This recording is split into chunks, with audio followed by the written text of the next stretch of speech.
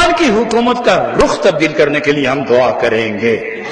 کہ پاکستان کے چھوٹے سے لے کر بڑے تک ان کا رخ تبدیل کرو، انہیں صحیح اسلام پر عمل کرنے کی توفیق کے لیے دعا مانگو۔ مکہ مکرمہ اور مدینہ طیبہ کو اپنا قبلہ حاجات مقرر کرنا چاہیے۔ مسلمان ایک آیت سامنے رکھیں، من یتوکل علی اللہ فہو حسبہ، اللہ فرماتا ہے کہ جس نے مجھ پر توکل کر لیا میں قادر مطلق اس کے لیے کافی ہوں۔ تو میں پوچھتا ہوں کہ جب اسلحہ بھی ہو، فوج بھی ہو، عقل بھی ہو، تجویز بھی ہو، تدبیر بھی ہو، اتفاق بھی ہو، سب کچھ بھی ہو، اور کعبہ قبلہ مکہ مکرمہ بھی ہو، مدینہ منورہ بھی ہو، اور لعنت بھیجی جائے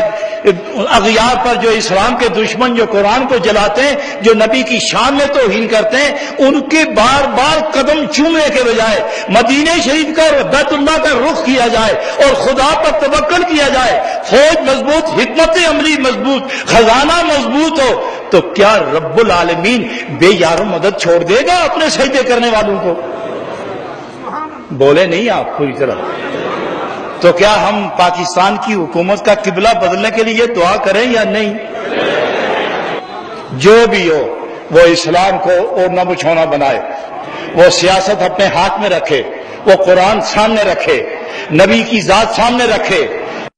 طواف کا جذبہ سامنے رکھے، اور توکل اپنے رب پر قائم رکھے، اور مسلمان اور مسلمانوں کے وطن ان کی بقا اور حیا اور آبرو کے لیے اپنی جان اور اپنے مال کا